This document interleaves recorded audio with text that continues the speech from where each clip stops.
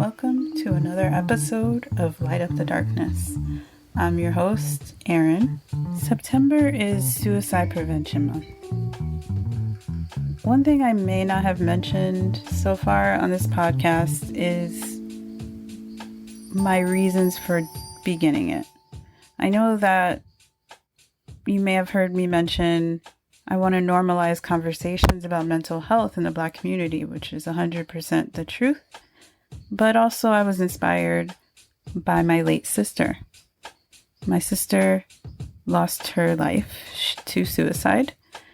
She lost her battle with depression a year and a half ago.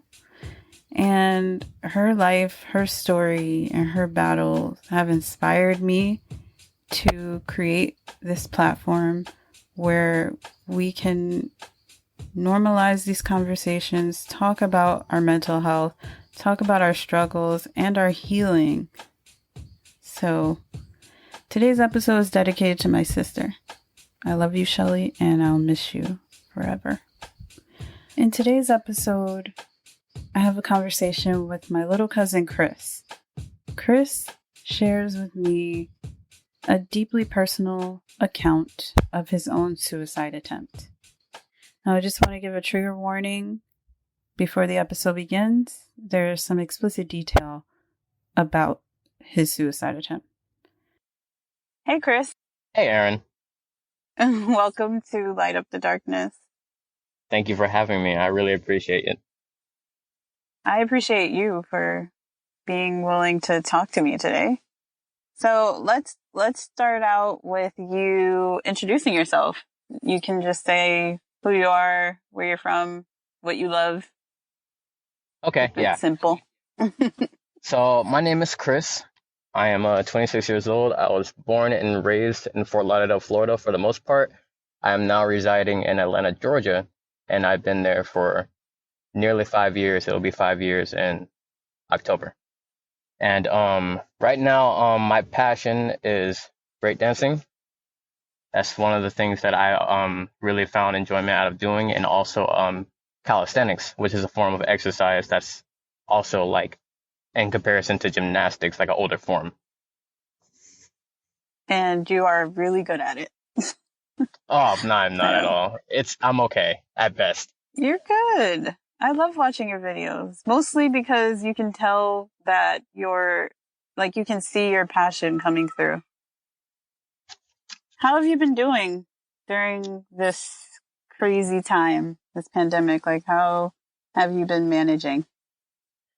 For the most part, it really did take a toll on my mental. Like there was a lot of anxiety that came into play and a lot of uncertainties.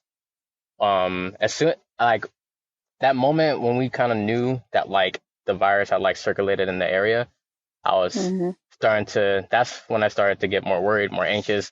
Like, you know, how long will it be until I'm next, or like my family's next? It's like people are like, you know, getting cases, and left and right they're saying everything is like most of the cases are asymptomatic, so you don't know if you're with somebody that's exposed. And you know, it was just a lot of things that like worried through my mind. And I was also an essential worker at that time. I work at Costco, at the distribution center, and during that peak of like crisis, you know, when like, you know, the whole toilet paper and hand sanitizer prices was yeah. So it was a lot of like work on our end too, because we had to like distribute so many of those left to right. Like we had thousands and thousands of like picks and orders. It got to the point that like my job had to make a second and third shift, and it's something that they've never done in the whole time that I've been working there. They had a shift for like, you know, the afternoon, and then they had one for overnight, and it was just so crazy. Yeah, and during that must have taken a toll. Time, yeah, it did. And that time I was just like, I was really anxious. Like anytime I would cough, I'm just like, oh God, I got it. It's over for me, you know? And, or like, you know, whenever like, you know, I would have somebody over, I'm like, I just don't know. because, I don't know where they've been, or I don't know if they have it. And then Mm-hmm. like my family feeling like, uncertain and everything like that too. And doing all that and following until like, having to still report to work, even regardless of that, like it's just a normal day, you just Mm-hmm. take your temperature, you wear the mask, and you go to work like it's normal. You know what I mean? And for a good while, Yeah. that really like that really kind of destroyed me. And I Yeah. found myself taking a lot of time off. And thankfully I have FMLA for my depression. So Mm-hmm. whenever I have days like that I just don't feel up to it, and I just don't have like the mental fortitude just to do something simple as to waking up just to go to work, Yeah. I would use it for that. So thanks for sharing that. Um, Not that. so I want to talk a little bit about your mental health journey. Um, Okay. so can we talk about when you first knew that you maybe had some challenges with your mental health? When did you learn about that or experience? Did you have like an experience where something happened and you ended up needing to get treated? Right, right. So I'll say the first time I started to feel like a sense of like, depression, and this goes back um to 2009, I want to say. 2009, I was living in Sanford, Florida at that time. And being from somebody who was originally from Fort Lauderdale, Florida, born and raised, and moving to somewhere that was completely different for me, like, was hard. It was hard for me to adapt. It was hard for me to make new friends, and it was already hard for Mm-hmm. me to socialize at that, because when I was younger, I was extremely shy, extremely timid. I didn't want to talk. I was quiet. Everybody would Mm-hmm. look at me and just be like, why doesn't this person ever talk? Or sometimes I wouldn't be acknowledged. So it'll be Mm-hmm. like sometimes I'm in class and they'll be like, "Who is this?" And like, "Oh yeah, that's that one kid." You know Wow. what I mean? It was to that degree, and I've only was able to have like one friend or two at best, and I didn't do anything regardless. I didn't go out. I didn't socialize. I didn't have any friends to socialize. And How then old were you at the time? at that time I was like 13, 14. Okay. Yeah. And then going on from that, like moving to another like a city, a whole different place, and having to like adjust to that, something that you don't really want in your heart, because this is something like, your parents want to do. They want Mm-hmm. to like move somewhere and try something new. And what can I say? I'm the young one, you know what I mean? So I can't Mm-hmm. be like, I want to live on my own. Like, I'm too young for that. Of course I have to go with my folks. Mm-hmm. And from that time, I kind of I kind of got lost in like, just the internet, Mm-hmm. because at that point I sort of got desensitized with a lot of things, like just engagements, stuff going on in the household, not really having any kind of attention from like family or any classmates, always being picked on. That was another thing. I was bullied because Mm-hmm. when I was um when I was about 11, I started to develop a mustache. And it's crazy because like how how early in my age that I was able to like, develop facial hair. And that was the only thing that I had for the longest. Around like 13, 14, it was already fully grown. And I remember those pictures. I still look back at them to this day and I'm just like, oh, Chris, I'm so glad you got out of that. And I'm so glad you improved from then. And so you could only imagine the stuff that people would call me. And I was already like the Yeah. nerd, hunchback, quiet, didn't want to Mm-hmm. talk. And whenever I would say something, it would be like, awkward. So around that time, like, that's when I kind of got lost in like a lot of things, like, just music, anime, video games, like stuff on YouTube, like random, like, viral videos or whatever I could find, or like, finding things that kind of correlate with me in that situation, not lean towards the ones that were depression themed, you know what I mean? Like not feeling So like you you're were worthy. coping. Yeah, in a sense. But my sense, I wouldn't say it was coping. It was kind of helping it was kind of um exacerbating the harm I was already in, Okay. because you know how people feel sad and then immediately they want to just play sad music just to make themselves feel sadder. That was the stuff that I was doing. It was something Okay. that I felt was like okay. It was something I felt like was good for me to do because like, oh yeah, they relate to me and stuff like that. But it's only like the only thing that's like relative to you is the pain and like the feeling of being stuck there, like having songs that are like, feeling alone, left out, or having nobody to like lean on, wanting to end your life, cutting yourself and stuff like that. And those were the songs that I would listen to. And Oh, wow. that would reflect, like my thoughts and my actions. And at that age, 14, 13, is when I attempted to cut myself for the first time.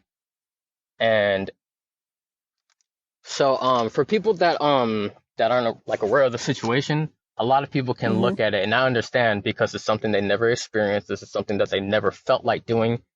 How could they? And I don't blame them for that thought, but it's just like, why people would usually generally think, why would somebody want to cut themselves? Like, does that feel good to you? Right. Does it numb the pain? Like, are you thinking about like a temporary feeling? And to that, I would say no. The reason why, in my experience, that I would ever want to like self-harm myself is because I felt like I deserved it. I felt like I deserved it because of all the things that like I've experienced, like being like, bullied, being neglected, treated like crap. And all those things was what I was used to. I was used to just, you know, feeling that, feeling that pain. And when Yeah. you just get to the point where like, your thoughts are just so negative and they're so self-condescending on your own self, you just be like, at that point, I just wanna hurt myself because I'm just like mad at myself.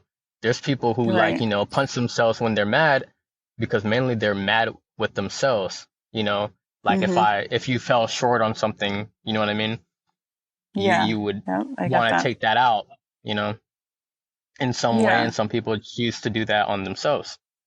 So Okay. going back to the story of like when I first self-mutilated, I I just had like it was funny. I remember it too. Like I got mad and I broke like a video game case, and I kind of just broke it into like a lot of pieces, and I kind of found the one that had the sharpest point. And I held it, and I just looked at my hand, and a lot of times like it was just like the nervousness, like I'm really about to do this, and also like how is this gonna feel, So when I first self-humiliated, I only did scratches, like probably no different than like when a cat would scratch you, it would be like to that degree. Right. And that's what I did. And then like whenever I would feel down, I would do that again, and I would do And it that again. started when you were like 13 or 14. Yes, when I was a teenager. Yeah. And at that time, that was like it was a bad habit that I picked up, which led to like um a lot of decisions leading me to the depression that I was in. So I wanted the first question I asked was about when you noticed you had like some mental health challenges, and you gave the story about being bullied and turning to self mutilation. So that was when you, maybe looking Hmm. back now, you realized you had some challenges that you were facing, not necessarily depression yet. Uh, so September is Suicide Prevention Month. Hmm. And it's part of the reason why I was hoping to talk to you and have us have this conversation. Because from what I know, is that you had an experience where you attempted, correct? Yes. And I was hoping you would talk about it maybe a little to share how you think you got to that place and what was going through your mind, if you even remember what was going through your mind before you got to the point where you were going to attempt. Okay, so during that time, I had like a lot of ups and downs. Like I would have days that I would feel good, and then I would have days where I'll just flip, like to the complete opposite. I'll just be completely down, and I'll just have like an overwhelming just barrage of negative thoughts, and it would just be constant of like me not like being. I'm sorry to interrupt you again.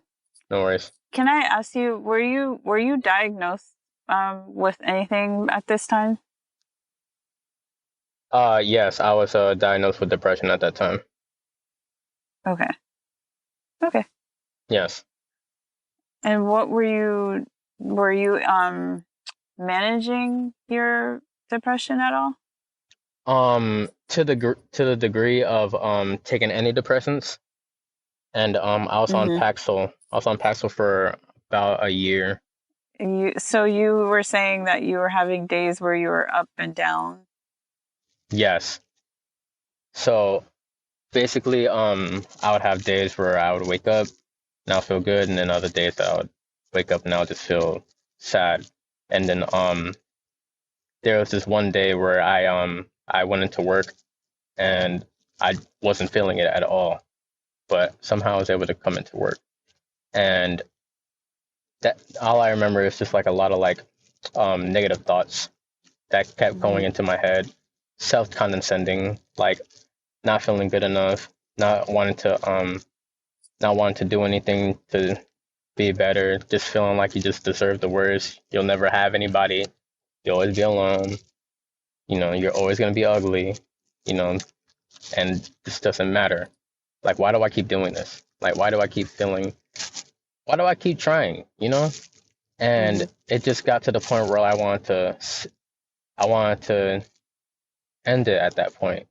So, following after that, I go to my supervisor and I tell him, I'm just gonna take a minute to go to the back. I just need to chill. And all of my supervisors are already aware that I struggled with depression at that time, so they understood if I ever needed time like that. And so after that, I went and grabbed one of the disposable razors that they keep in the shelves, because we need those to to cut ceramic wrap or straps, whatever the case may be. So I grabbed the disposable razor and I just went to the back of the room. There's they have a bathroom, and then next to it they have a room that's just pretty much empty. Like they weren't doing anything with it at the time. It was just an empty room. So that's where I went. I sat down in the corner. I just made sure nobody was there. And at that point, that's when I started cutting, and I cut as deep as I could, and I made multiple slashes and lacerations on the forearm and wrist, and at that point, I was just letting myself bleed out, and I was just hurdled up. So, Can you tell me about what happened after that? Like, did you have a moment where you felt scared, or like what ended up happening? Yeah, at that point, it was like it was me after making the cuts. It was me feeling worried at that time too. Like, yes, like I felt like a sense of, why am I doing this? Like, why d- why did I do this? Why did I get to this point? You know what I mean? And at that point, you start to get a little bit afraid too, because it's like, at that point you're about to die, and that brings a lot of like anxiety out of you. I guess it's the same like whenever like I would hear about like people hanging themselves, because if they do it incorrectly, they'll struggle, and at that point they want to undo the knot because it's not instant. So Yeah. you feeling that pain and agony is Mm-hmm. what kind of drives you to that point that you don't want to do this anymore and you just want to back out. Right. And that's what I felt when I was bleeding out at that time. And so you did you seek help from anyone? Like what were the next things that happened at work? Okay, so following after that was I had a coworker walk in, and at that point I was trying to hide it, and I wasn't able to. He was able to see what was happening. He saw the blood dripping, and he heard me, he heard me sniffling because I was crying, and he hurried to my aid. He passed me up. He disinfected my cuts, Mm-hmm. and he tried to bandage it as much as he could. And at that point, he notified a supervisor and my manager. They came and they talked to me, and they got me into an ambulance. And at that point, I was automatically enrolled into their my job has like a care network, Mm-hmm. and so at that point I was getting constant calls.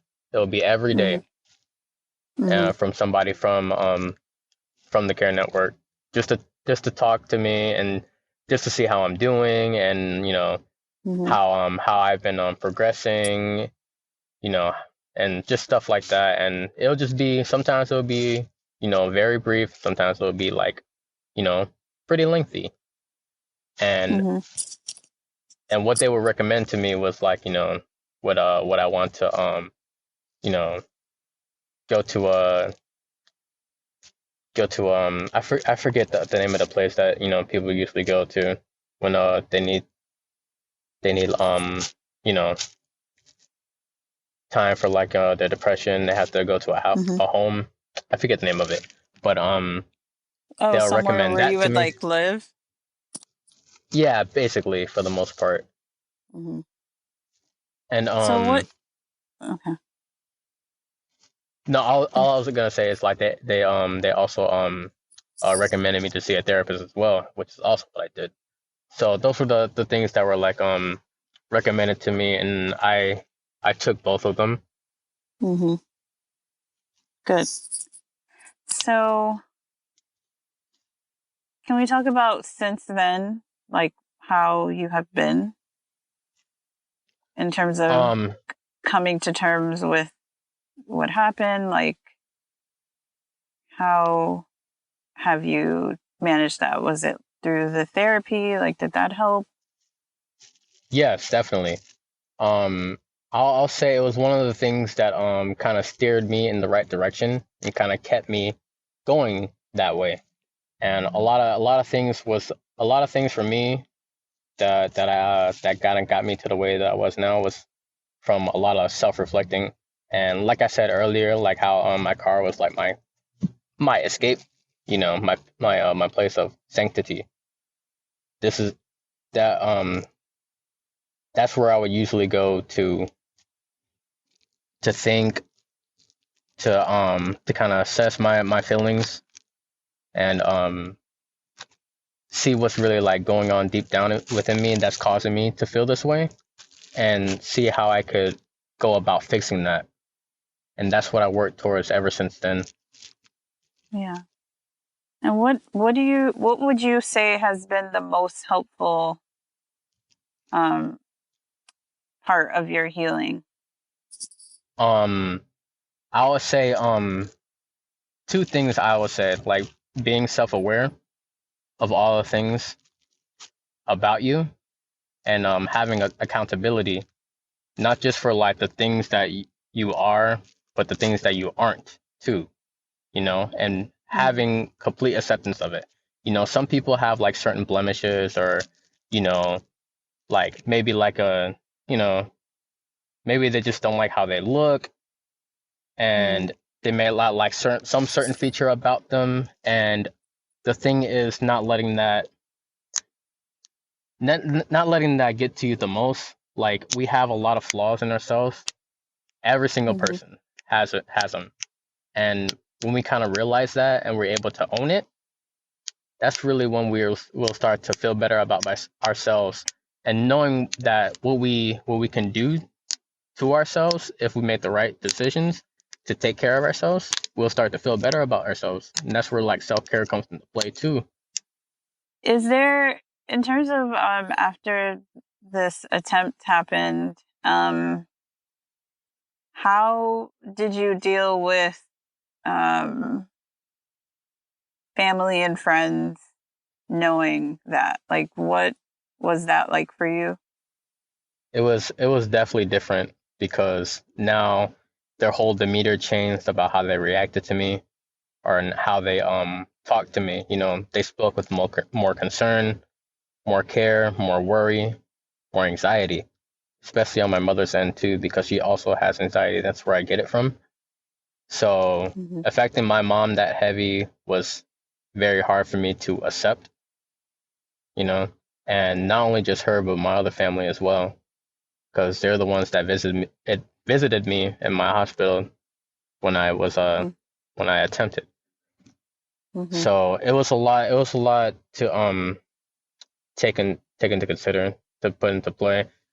And I know they were genuinely concerned, and they wanted to make sure that like how they interacted with me, they would do it very cautiously, just to make sure that I was always in a good mind space, Right. because they knew how delicate I was mentally at that moment. Yeah. Is there anything you would have wanted to say that you didn't get to say to your family or friends at the time? Like now that you have more perspective? Yeah, I think when I got out of that situation, I kind of felt a sense of like an like an epiphany in a sense. Like I noticed that like how much I wanted to be closer to them and how much I would really have affected them if I was gone. You know, the amount of concern and like, sadness and worry that I've gotten from like all of my loved ones, and the assurance to know that I was loved was making me more assured of like what I was really taking for granted. And but yeah, it was something I had to consider when they were whenever they would like approach me of the sort. And I realized that after this after the this situation that happened, the suicide attempt, I was I looked at everything different. Like I felt like my life was like the after, like the end credits of a movie, but like bonus scenes. Like this is just like overtime. I like that. You know? I like that analogy. Yeah. That's how I looked at it for the most part. Yeah. So it's kind of like at that stagnant sense of like, what am I gonna do with it now? I already experienced my lowest. Yeah. So I definitely don't want to go back there again. So I have to figure out what I can do to, take the best advantage of this opportunity of this life that I was still allowed to have.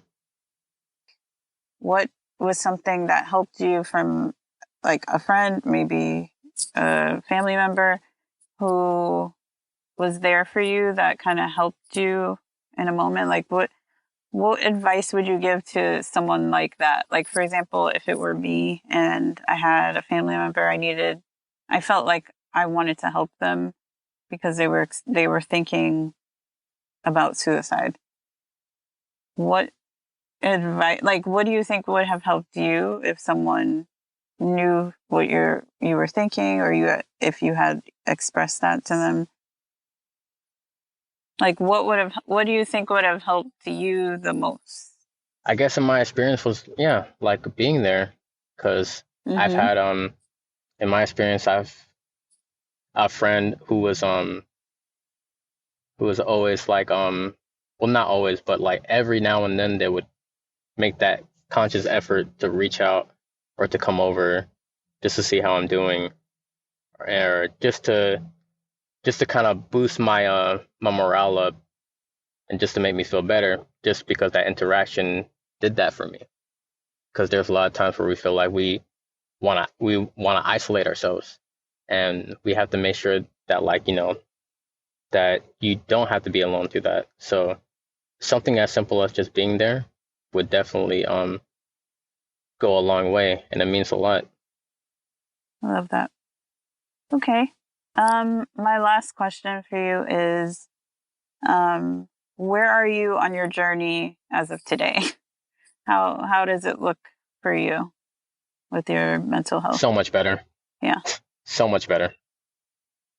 And I'm really grateful of where I am now and how far I was able to, also by the grace of God as well, that I was able to see all the things that I'm seeing now and being able to push through. And I wouldn't say my battle with depression is over, but I at least know how to deal with it better because of how I assess my feelings. When I'm feeling low, I figure out what triggers it, and I try to figure out how I can solve it. There's always an answer. Always an answer. And when you always have that mentality that you will find an answer, you will. And if you feel like you're not going to, you won't.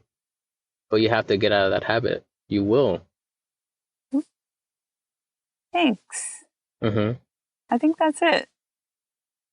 Thank you. Yay. Thanks for sharing I know it wasn't easy, but I think it could be helpful to someone else. So thank you so much for that, Chris. I certainly hope so. And thank you for having me. I really appreciate you thinking about me for this. Love you. Love you more. That wraps up the episode for today. Thank you all for listening. Thank you to my cousin Chris for being so brave. I am so grateful to you, and I'm so proud of you. I just want you to know I love you, and I'm here for you always. Today's episode does not feature a mindful moment, which you may have noticed. I do want to recommend that you go check out my cousin Chris on Instagram at Christopha. That's KREESTOPHAH.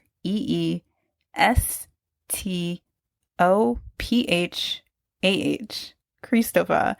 And watch some of his really awesome breakdance videos. The boy is skilled.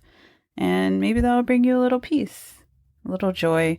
Times are hard, so any little moment of joy you can steal, find it and relish in it. Also, I want to remind you, Light Up the Darkness is on social media, so please follow us on Instagram at LUTD_podcast or on Facebook. And also check out the website at lutdpodcast.com. You can leave us a review on Apple if you like this, and share this with a friend. Share the episode, share any episode that you've listened to so far that you like, and let me know what you think. To close out today's show, I want to remind you all that you are light. We are all light. So go out there and light up the darkness.